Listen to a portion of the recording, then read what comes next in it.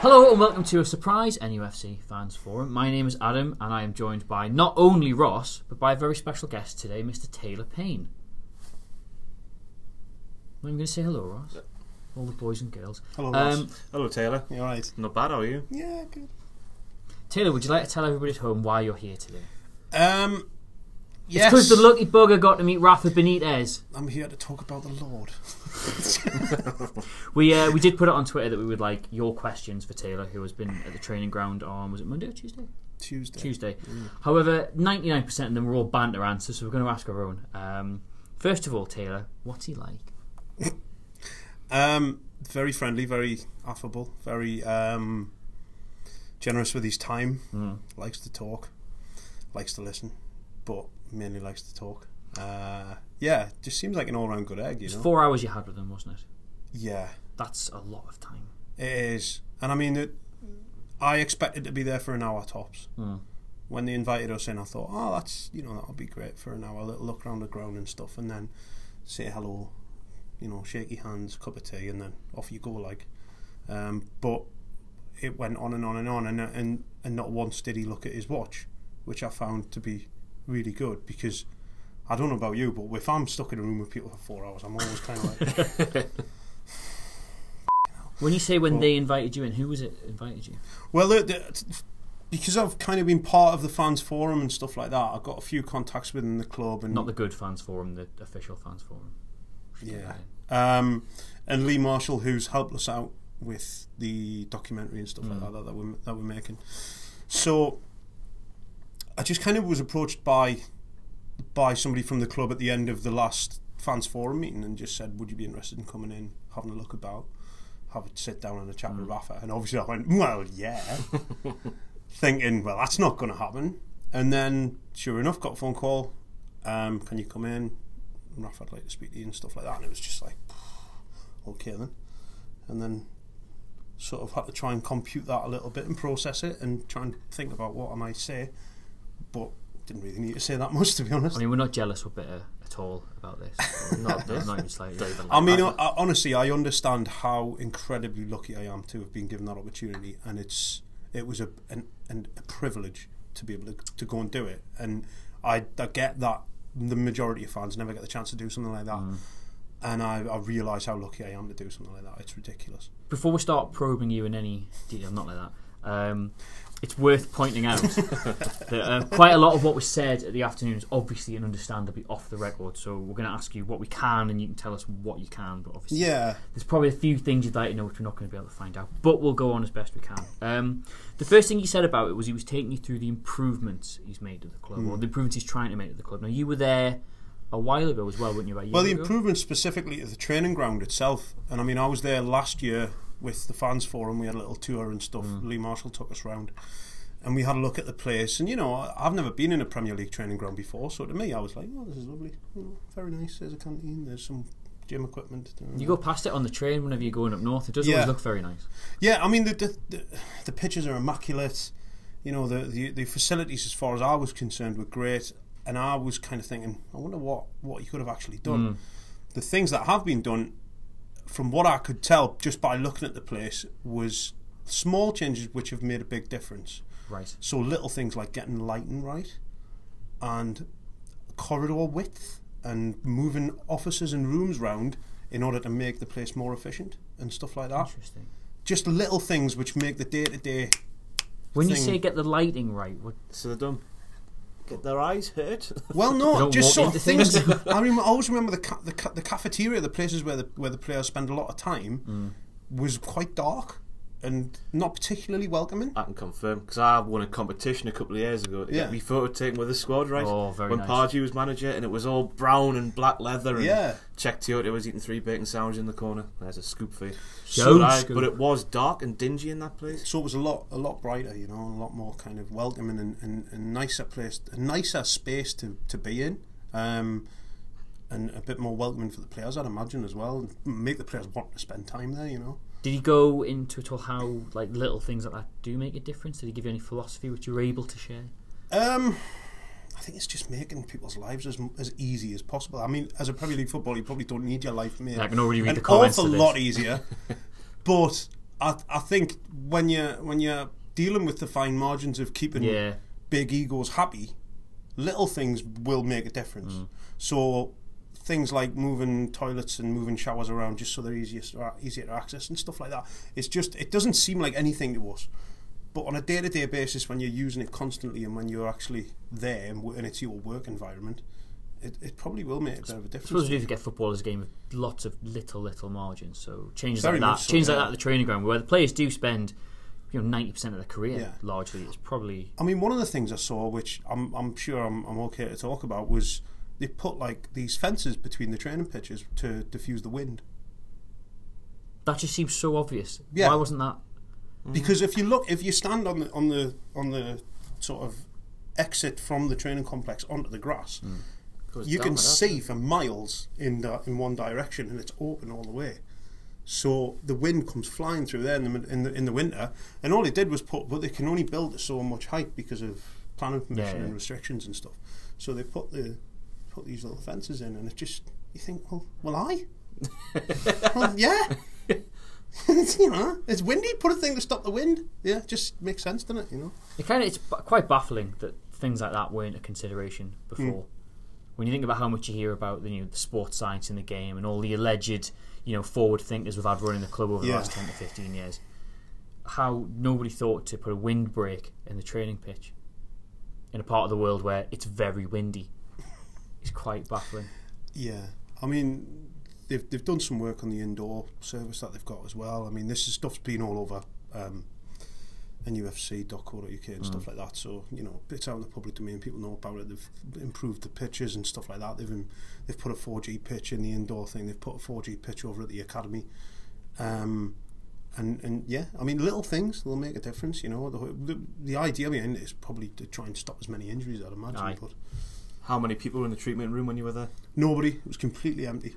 That's good news. There was 2 doctors and a Spanish fitness coach who was knocking about in the gym. From what I remember, I think personally we could all do with improving our levels of Spanish fitness. So it's great that we've got a coach for that now. My Spanish fitness is absolute rubbish. Mine's stressful. Yeah. So no, it was. I mean, we had a walk about and stuff. He kind of took us around, but the stuff he was pointing out, I was kind of noticing anyway. Things like, well, obviously it's Newcastle United, so black and white's the colour, isn't it? Traditionally. So how do you put other colour into a building without upsetting people? If it's gold and blue trim, isn't it? Well, gold and blue trim, but there was bits of sort of like green and lime green kind of colours and yellows and stuff like that. And I just thought, kids, that man. Yeah, but I just thought it's just brightening the place up a bit, and I thought that looked great. I mean, there'll be other things that they've done which I didn't see and which we didn't speak about, which you wouldn't notice unless you were there day to day. Which is the whole point. But little things, just it all was based around efficiency. I think that's what he's all about, I think it's efficiency and making things flow better. I think that's his raison d'etre. One thing I'm absolutely itching to ask you is, I don't know if you're aware of this, Ross, but Rafa took Taylor here through a drill on the pitch using only a chair and a whiteboard. Now, obviously, we're not asking for the defensive setup for the next home game. Yeah. Well, the thing that happened, it was in the office. It was in his office. It wasn't out on the pitch. It was in his office with a whiteboard, and the only thing he had to represent an attacking player was a chair. He could have used one of us, but he didn't. He probably thought, the chair will be more use than Besty in this situation. But he used the chair, and it was all to do with positioning of body for when crosses are coming in and stuff like that. And he kind of talked us through how to do it, how not to do it. What mistakes were made, that kind of thing. He spoke about how we set up and stuff like that, and it was just like, and at this point, I can see Besty here, and I'm sitting looking, and I'm dying to look across because I know he's just got a massive grin on his face, and I just went like that, and he looked at me at the same time. We both went, and then just look back at Rafa. But it was just one of those moments where you're going, I'm getting a talk about defending set pieces from one of the best coaches in football. You can't buy that. It wasn't some LSD in me tea. Yeah. Well, this is it. Yeah. It wasn't just him going, this is what I do, this is what I do. He was talking to you about like the entire evolution of history of defending set pieces and how that's influenced him, wasn't he? Yeah, I mean, he was talking about how he did things and then how other coaches have done things in the past. How his the way he works was developed from coaches in the past and stuff like that, and kind of building on other people's ideas and that kind of thing. But he's obviously a very studious guy. He's a scholar of the game, you know. I don't think he leaves any stone unturned when it comes to getting results. I don't think we could ever accuse him of being lazy or slacking off or not wanting to work. He's just at it constantly. He lives and breathes it. I know it's a massive cliche to say somebody lives and breathes football, but it's clear that he does. Just like on a personal level, what's he like to actually listen to? Like, does he speak in ways that, I mean, you're not a footballer. You've not sat and done. You've not sat and had a coach tell you every single week, this is how we're setting up, this is how we defend. So there's probably a lot of like vernacular and stuff that's kind of assumed on the part of a manager like Benitez when he's doing these things. Was it easy for you to understand? Was he talking to you in a way that you thought, well, I could go and do that? He put it at pleb level for us. Do you know what I mean? It was completely. Yeah, we understood him totally, and I mean, it's the thing with footballers, isn't it? Some of them will not be as tactically intelligent as others, and it'll take longer for that to go in.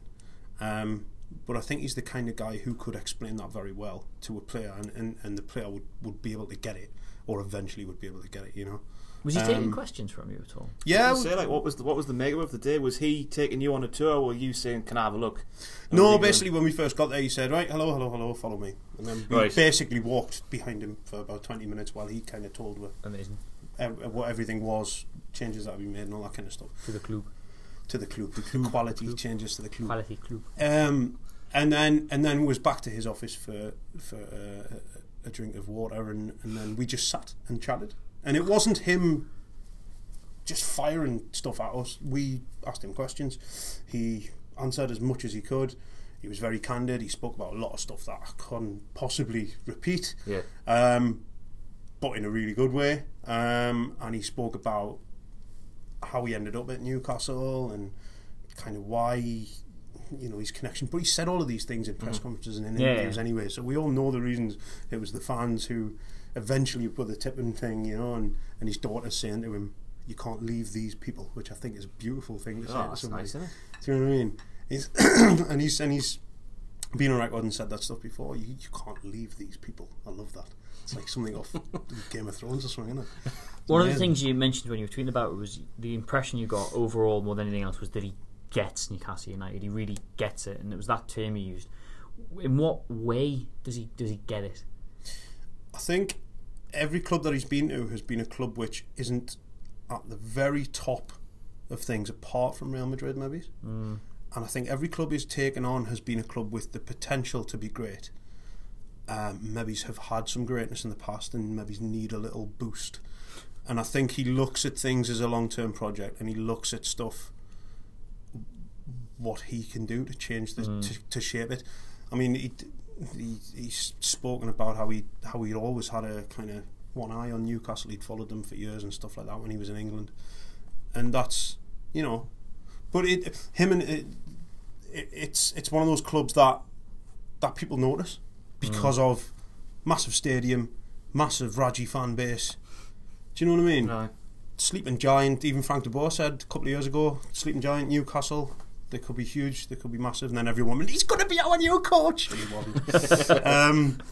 But I think Rafa had one eye on that kind of thing, you know. He likes that kind of that project where he can go and sink his teeth into it and become part of every single aspect of the club. I think it's safe to say he is now, certainly. Oh, without a doubt. Culturally. I mean, the guy's like I say, he's football 24/7. But I think because we are like that as well, I think it makes a massive difference, you know. And it's kind of getting that across to the players as well, isn't it? Which is the point that you need to make. That quote he came up with in his last interview saying, fabulous. We're no longer a stepping stone, and players should be proud to wear that badge in their chest and stuff. It's just like...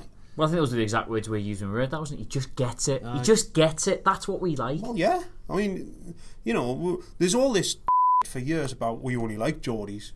And, you know, we demand to be in the Champions League and all this bollocks. And it's not true. We like people who are good at what they do, who care, who put the work in, who don't shirk, and who kind of commit. As a fan base, I don't think we've ever been happier at the moment. And absolutely. We think the two weakest players in the squad are the Geordies. Everybody goes along with that. They don't get protected by us whatsoever. And we're in the Championship. We couldn't be further away from where we allegedly think we should be. No. Both in terms of like achievement and identity. Foreign manager. Deluded Mags. Do you know what I mean? It's madness, and I mean it's turned everything on its head, hasn't it? Because it's completely the opposite of what it was 18 months, 2 years ago. Yeah. And I never got the feeling that Steve McLaren ever really gave that much of a shit about Newcastle. He was just kind of here because it was a good job, and he cracked on. Well, he was laughing, wasn't he? He was laughing after his last few years to get that job. And the same with Pardew. Pardew was on his arse when we picked him up. You know, look at him now. He's floundering with Crystal Palace. But at the same time, if somebody had mentioned Alan Pardew in the Breath of England manager 2 years ago, 4 years ago, sorry, you would have laughed in their face. I think we just finished fifth 4 years ago. As well. Oh well, probably before that then. 6 years ago. 6 years ago. Yeah. When he was sacked by Southampton for allegedly sleeping with a player's wife. Allegedly. I've heard that's allegedly what happened. Allegedly. He was alleged to have allegedly slept with an alleged player's alleged wife. Accidentally slipped and fell on the wife. Yeah.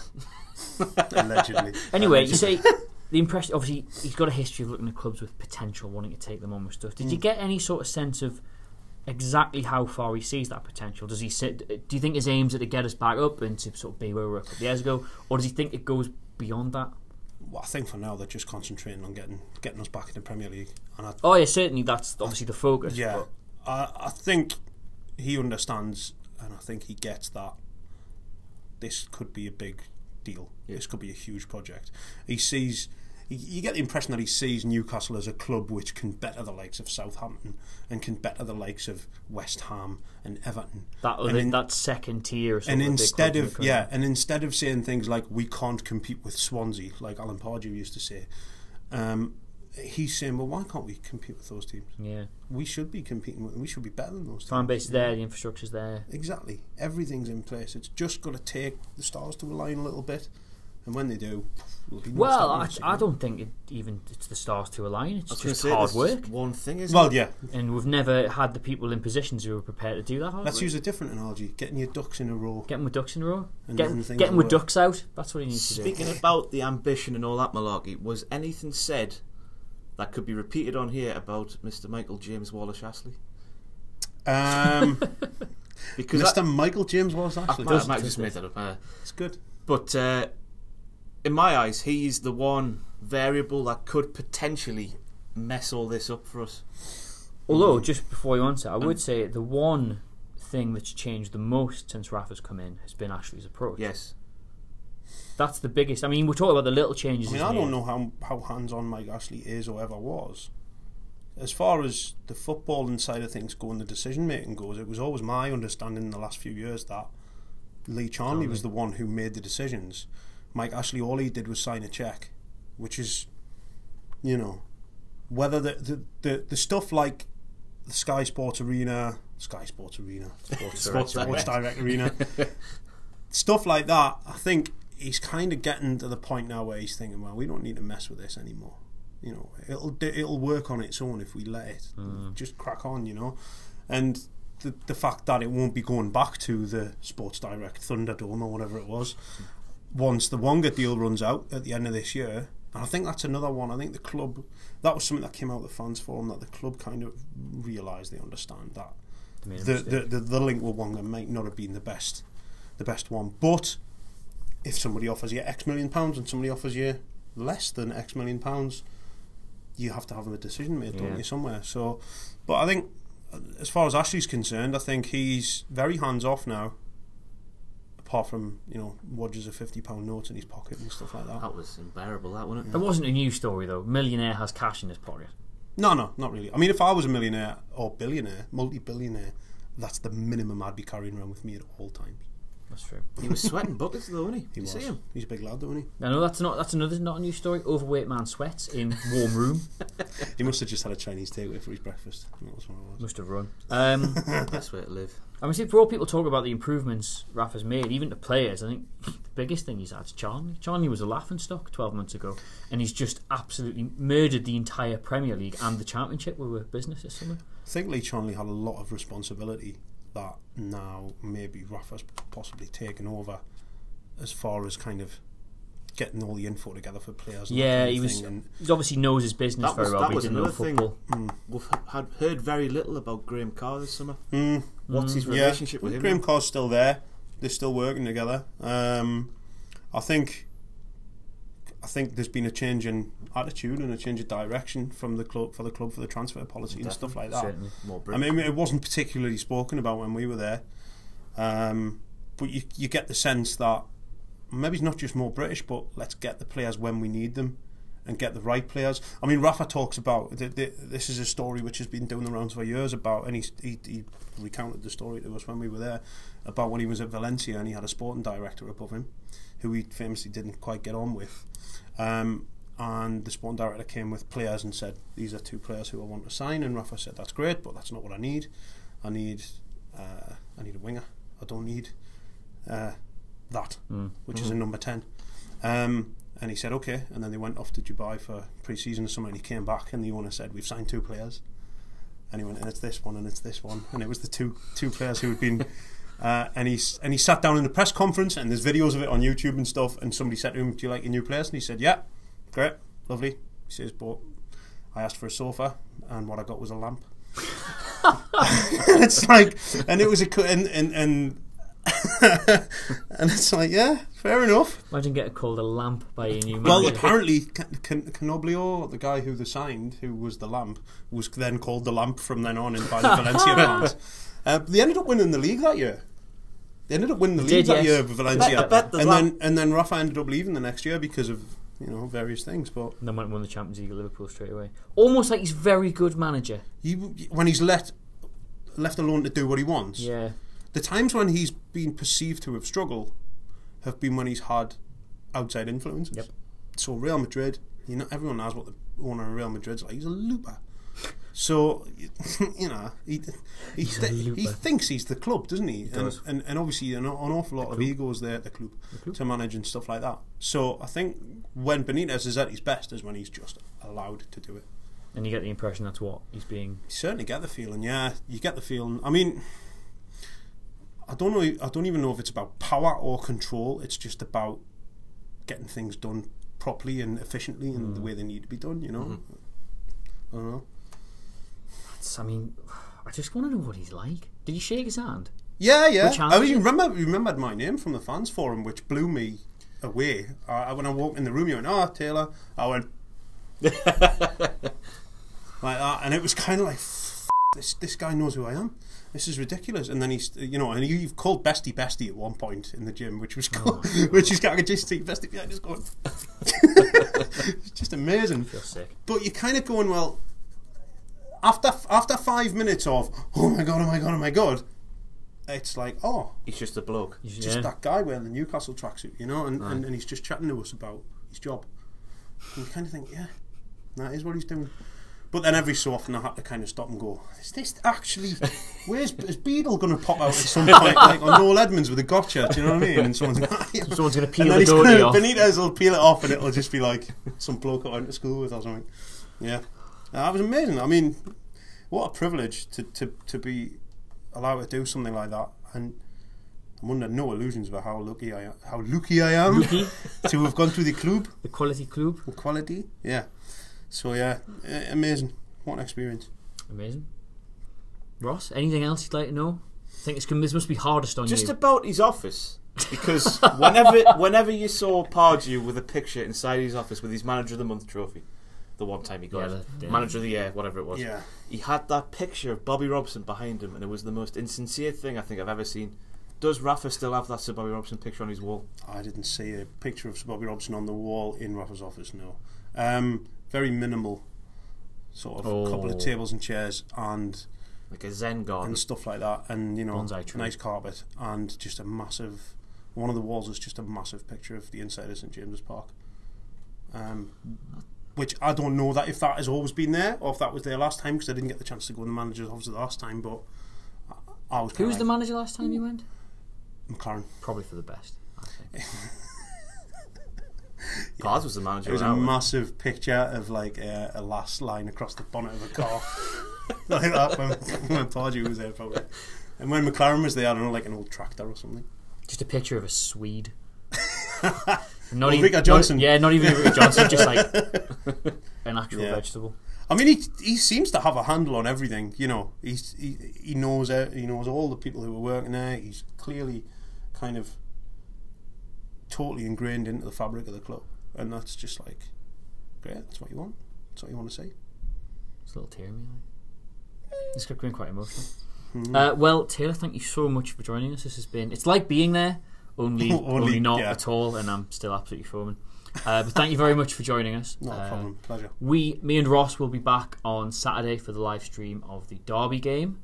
Hoping to break our jinx because we've done one and played one, lost one. So hopefully we can redress that balance. Sounds like great fun.